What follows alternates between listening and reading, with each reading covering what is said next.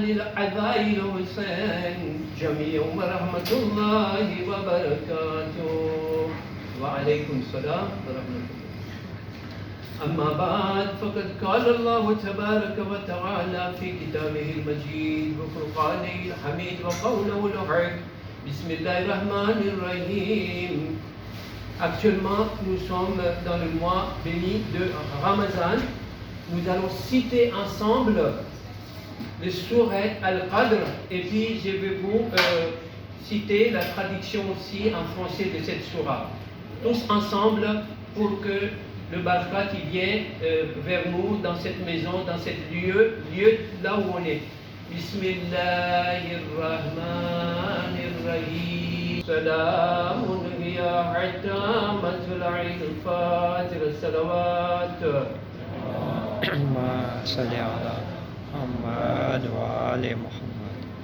C'est Surah numéro 97 qu'on vient de réciter. Al-Qadr, en français, cela veut dire la destinée. Au nom d'Allah, le tout miséricordieux, le très miséricordieux. Nous l'avons certes fait descendre le Coran pendant la nuit d'Al-Qadr. Et qui te dira c'est que la nuit d'Al-Qadr? La nuit d'Al-Qadr est meilleure que 1000 mois. Durant celle-ci descendent les anges ainsi que l'esprit par permission de leur Seigneur pour toute ordre et les paix et salut jusqu'à l'apparition de l'autre. Salawat.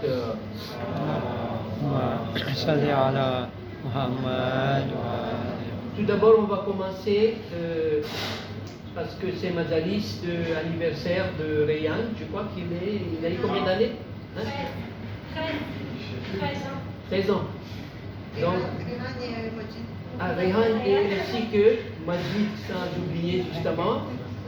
Et donc, joyeux anniversaire. Tout d'abord, on va faire beaucoup de doigts pour eux, que Allah les protège par l'intermédiaire de notre imam de temps, Imam Zaman alayhi salam, pour qu'ils réussissent surtout dans leurs études, parce que les deux, je crois qu'ils font les études, qu'Allah les donne de santé, longue vie, et surtout à leurs parents, Allah les protège, qu'il y aura beaucoup de muhabbat dans leur maison, comme le muhabbat qui était dans le Ahlul Bayt alayhi salam.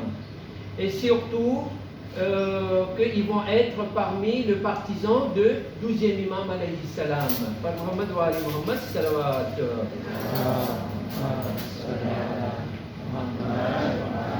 Alors le verset de Shura qu'on vient de réciter, vous avez bien entendu qu'Allah dit que Laylatul Qadr est égal à 1000 mois. Et si on divise le 1000 mois, ça fait 83 ans. Et la plupart des êtres humains atteignent l'âge de 83 ans. C'est trop rare qu'on trouve plus de 83 ans. Mais 83 ans, c'est l'âge qu'Allah a créé pour nous les êtres humains.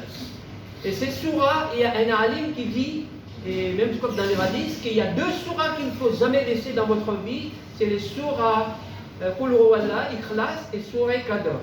Pourquoi surah Qadr? Parce que ces surah Qadr parle tout le temps de notre imam Zaman alayhi salam. Surtout quand vous faites le wazou, vous faites ces surahs et beaucoup de votre péché, Allah y efface. Et surtout, si vous allez au Kabristan, si vous voulez que la personne qui est à l'intérieur de la tombe, vous voulez qu'il connaisse qui est venu le faire le Fatiha, dans ce cas, il faut faire 7 fois les surahs Qadr.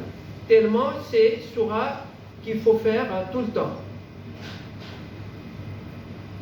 Et aujourd'hui, donc, c'est Laylatul Qadr, il y a une question qui se pose, nous, tout le monde, on se pose, et on a posé même à Imam, alayhi salam, au prophète, à Imam, que ya Imam, vous pouvez nous dire exactement Laylatul Qadr, c'est dans quelle nuit exactement? C'est la nuit de 19, c'est la nuit de 21, ou c'est la nuit de 23? Donc, Imam n'a pas dit. Pourquoi il n'a pas dit? Pour qu'on puisse faire beaucoup de ibadat dans ces nuits-là. Et là, je viens d'écouter le majalis de Aga, le Dars, qui était l'après-midi, que quand Laylatul Qadr il vient, il ne faut pas se concentrer dans le tasbih, tout ça là. Il faut surtout concentrer à faire dua avec Allah pour que Allah efface votre guna. D'accord? Quand Allah va effacer notre guna, tout d'abord il faut accepter. Il faut accepter que Ya Allah, voilà, j'ai fait cette erreur, j'ai fait cette guna. D'accord? Il faut accepter les guna, il faut faire les doigts avec le cœur. C'est pas comme ça, bêtement. D'accord? Et surtout, il a dit, que prenez l'exemple de Bibi Fatima alayhi salam. Bibi Fatima alayhi salam, avant de faire les doigts, il faisait toujours les doigts pour les autres d'abord. D'accord? Faites les doigts pour les autres, après vous faites le doigt pour vous, surtout la nuit de demain, et ainsi que la nuit de 21 et la nuit de 23. Pour que Allah efface votre guna, et surtout, ne se concentre pas pour les tasbih. Il a dit à Aga cet après-midi que passez votre temps, même 1 heure de temps, réfléchir pour réfléchir au niveau de ilm. Il y a beaucoup de groupes qui se parlent pour le Coran, Tadabour, tout ça. Ça vaut 1000 années de ibadat. Il y a un autre hadith qui dit que ça fait 70 000 années de ibadat. C'est cette nuit-là. Par Muhammad wa ali Muhammad, salawat.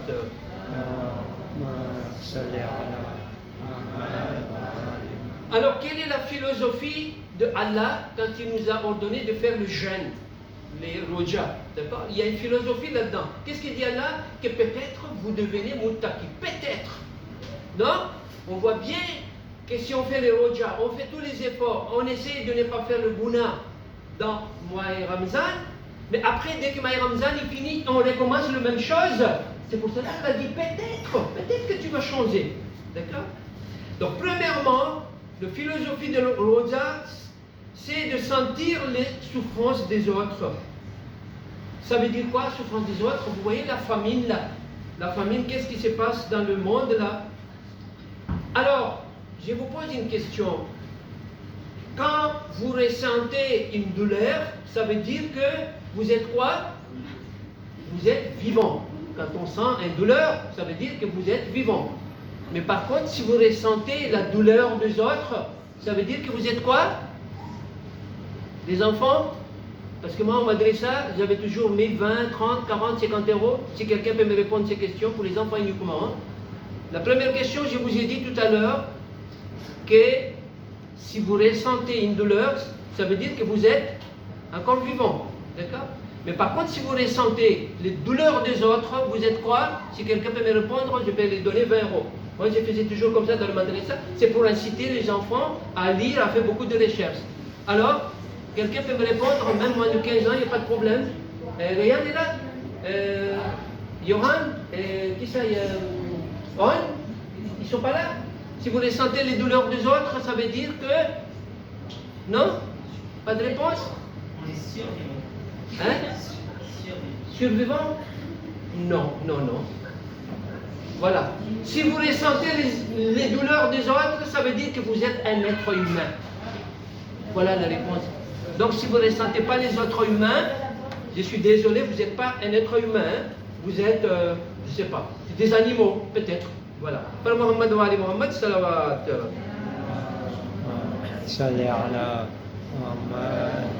Alors, le Ramadan nous enseigne d'aider les autres. Vous savez, quand vous levez le matin un musulman qui ne soucie pas d'autres musulmans, le prophète a dit qu'il n'est pas parmi ma communauté. Il n'est pas musulman. C'est grave. Alors, qu'est-ce que vous pouvez faire? Quand vous vous levez le matin, cherchez quelqu'un de votre famille, un être humain, même un non-croyant, vous l'aidez. Bon, supposons que vous n'avez pas trouvé quelqu'un pour l'aider. Alors, qu'est-ce que vous pouvez faire? Vous voyez les oiseaux qui viennent chez vous là, les oiseaux, le chat, n'importe quel, aider les animaux. Alors aujourd'hui, je n'ai pas trouvé des animaux à aider. Alors troisième chose, encore une chance, pour que votre journée n'ait pas passé pour rien. Vous savez, chacun a un pot de fleurs à la maison. Mettez de l'eau dans le fleur. Au moins, vous avez assumé votre responsabilité pour cette journée-là. Par Muhammad wa ali Muhammad, salawat.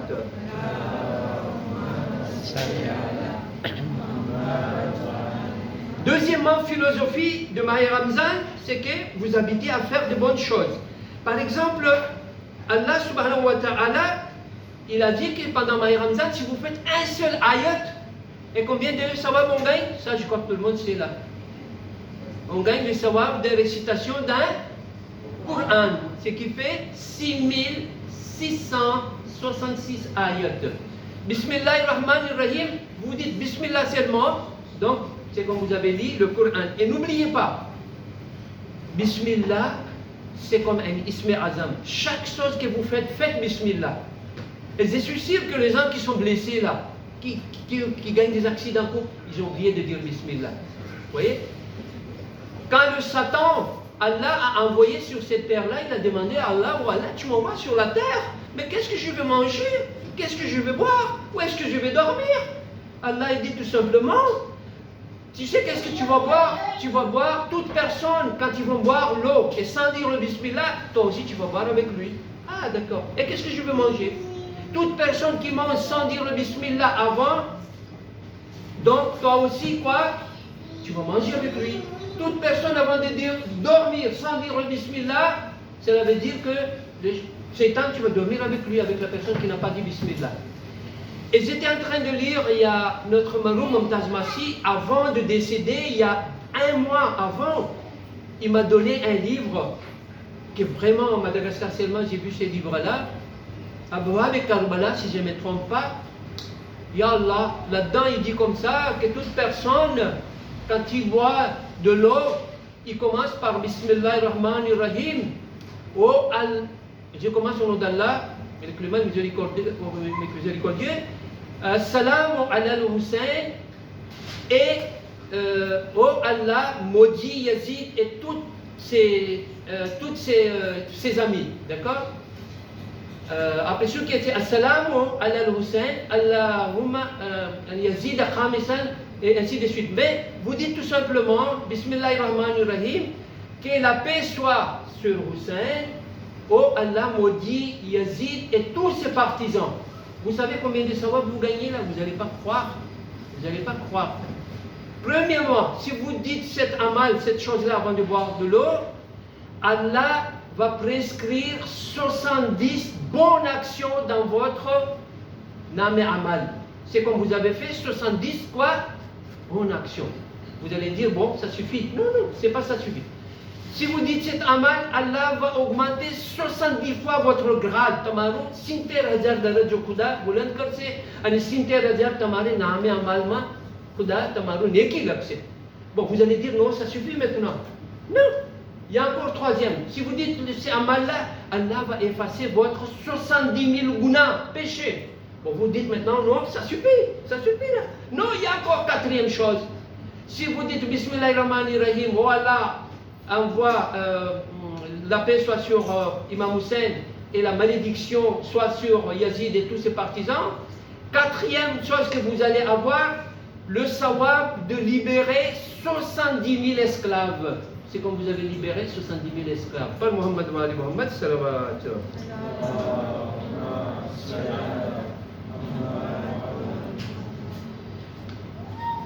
Bon, à part ça, quand on donne 1 euro, c'est comme on a donné 700 euros. Ça, il y a un ayat là-dessus. Et je vais sauter parce qu'on n'a pas beaucoup de temps. Philosophie de jeûne, c'est que Allah veut nous voir de ne pas recommencer le péché. Par exemple, quand je suis en carême, ou éventuellement dans le mois de Ramadan, la plupart de nous ne fait pas de médisance. Ils ne vont pas mentir, ils ne vont pas voler. D'accord? Surtout, ils ne vont pas écouter de la musique, surtout en plein rojo. D'accord? Ils ne vont pas faire de zina. D'accord? Ils ne vont pas boire de l'alcool. D'accord? Et surtout concernant l'alcool, l'alcool c'est la clé de tous les péchés. Surtout, il faut faire attention, l'alcool. Et Imam Ali alayhi salam, je me souviens de sa parole, vous savez, concernant l'alcool, Imam Ali alayhi salam, il a dit que s'il y a une goutte de l'alcool qui est tombée dans une puits, d'accord, on va prendre l'eau de cette puits-là, on va arranger les arbres là, d'accord, on met ça dans les herbes va pousser. Après, il y avait une chèvre, d'accord, chèvre qui va c'est du doudier. Non, bakri n'est pas bakri dit chèvre, pas cabri chèvre. Il y a une chèvre qui vient manger ces herbes-là, d'accord? Et après, on va prendre le lait de ces chèvres-là, et moi, je ne vais pas boire le lait de ces chèvres-là. Vous vous rendez compte que l'alcool est tombé, l'eau dans les herbes a poussé, le chèvre a mangé, et après il a donné du lait. Imam Ali a dit que je ne préfère pas boire ce lait-là. D'accord? Alors, une fois dans une ville, après, on va terminer, il y a un monsieur qui a toujours l'habitude de boire un peu d'alcool avant d'aller travailler. Pareil, moi je bois quand je joue le pétanque, j'ai des amis. Une fois j'ai joué avec un ami, il n'arrivait pas à jouer bien, pourtant c'est un champion. Mais pourquoi? Il avait l'habitude de fumer des jamal avant. Vous voyez? Donc toutes ces habitudes-là, il faut enlever parce que dans le Rojou, Allah, notre corps appartient à Allah. D'accord? Et le jour de Kayamat, on ne va pas, même un pas, on ne va pas,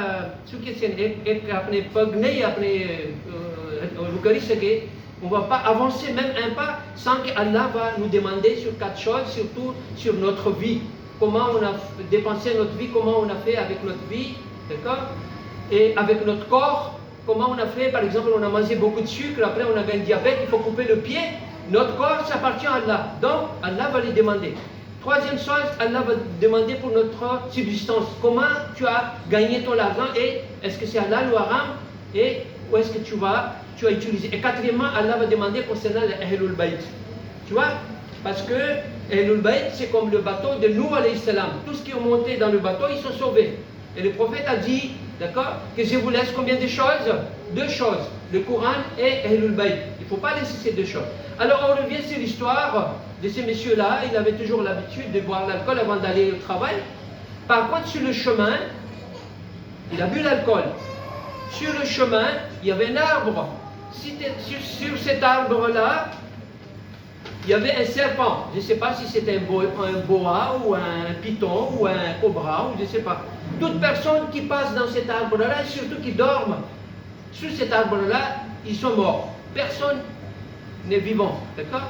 Et ces messieurs-là, il a bu l'alcool, il était en état d'ivresse, il était tellement fatigué, il a dormi sur cet arbre-là. Le lendemain, il est vivant, donc il est parti chez lui, c'est comme rien n'était, et les gens sont partis le voir. Il a dit, mais c'est pas possible, c'était en état d'ivresse, il y avait un serpent dedans, toute personne qui passe sous cet arbre-là, il est déclaré mort, et toi tu n'es pas mort.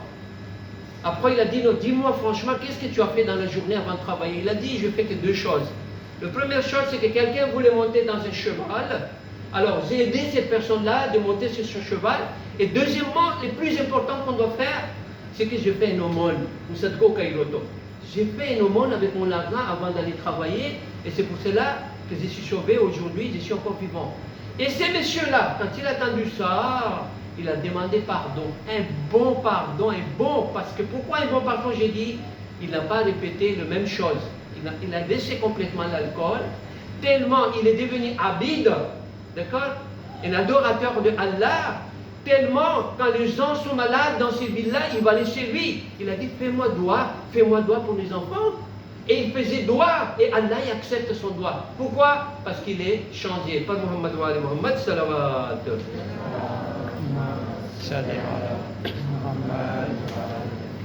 Alors, il y a juste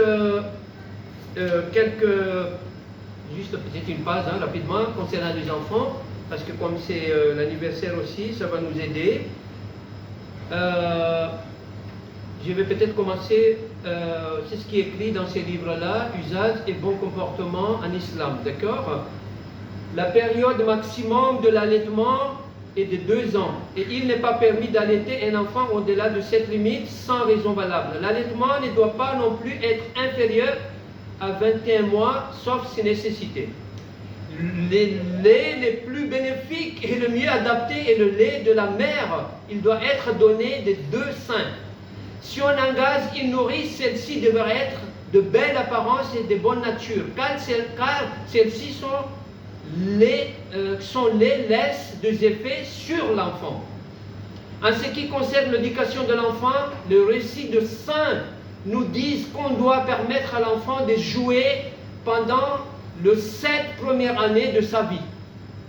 Lui apprendre à lire et écrire pendant les 7 années suivantes, et lui inculquer les enseignements concernant ce qui est légal et ce qui est illégal pendant les 7 années qui suivent encore.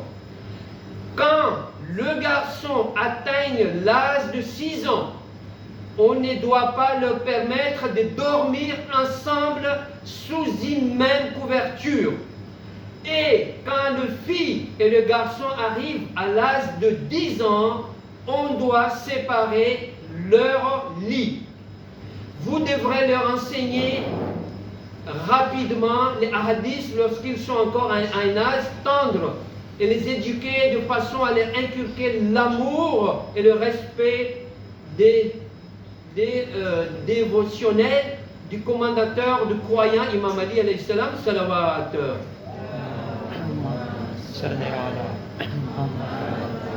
Sans oublier de leur apprendre le Saint-Coran correctement, de les élever convenablement et de les engager dans de bonnes affaires. Apprenez-leur la natation et le tir à l'arc. L'impudence et l'esprit de contradiction d'un enfant pendant sa première enfance sont des signes de sagesse et de son endurance lors de sa maturité. Aimez les enfants et ne vous conduisez pas stupidement et brutalement avec eux. Ne leur confiez pas de tâches difficiles.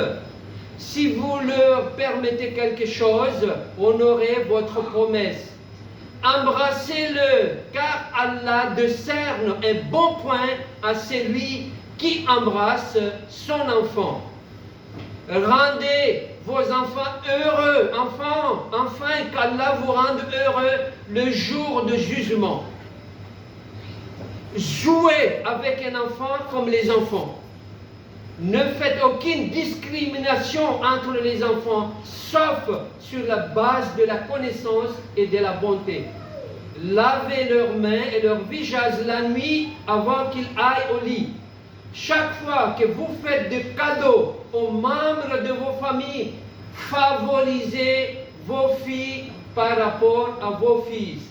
Favorisez vos filles par rapport à vos fils. Favorisez vos filles par rapport à vos fils. Rendez vos enfants heureux et joyeux. Dès que la fille atteint l'âge de 6 ans, un non-mahram étranger à la famille ne doit pas l'embrasser, ni l'asseoir sur ses genoux, ni l'asseoir sur ses genoux. Un garçon de plus de 7 ans ne doit pas embrasser les femmes. L'imam Moussa al-Qazim alayhi salam a dit, le membre de la famille d'un homme sont ses esclaves. C'est pourquoi, lorsqu'Allah gratifie quelqu'un de ses bénédictions, il doit le dépenser pour ses esclaves, faute de quoi elle disparaîtrait tout de suite. Par Muhammad wa ali Muhammad salawat.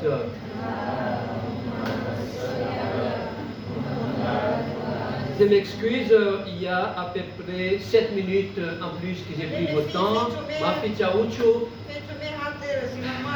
in douani shate, qui a fait Khalil Zadarine, Allah Kaboul Kare, Quran Sharif.